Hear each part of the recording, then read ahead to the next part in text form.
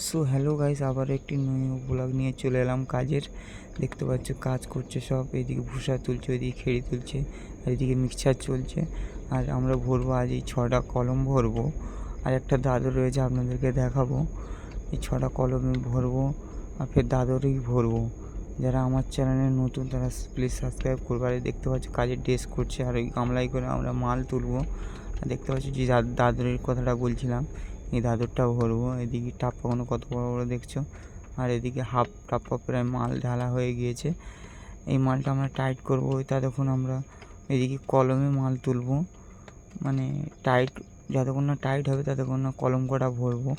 দেখতে পাচ্ছি এদিকে কলমে মাল উঠছে গামলায় করে। আর আমরা এদিকে দাদরটা দেখাবো তোমাদের। দাদরটা প্রায় মাল ঢেলেছি, মাল বেরিয়ে যাচ্ছে কলম থেকে, ওই জন্য করে আমরা মালটা টাইট করব।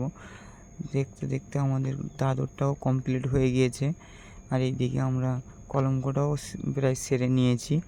এবারে আমরা ছুটির টাইমে আমরা সবাই ড্রেস হাত পা ধোবো, দেখতে পাচ্ছ। আর এইদিকে নিচে এসে দেখাচ্ছি বিল্ডিংটা, কলঙ্কটাও ভরে নিয়েছি, কত সুন্দর লাগছে দেখো।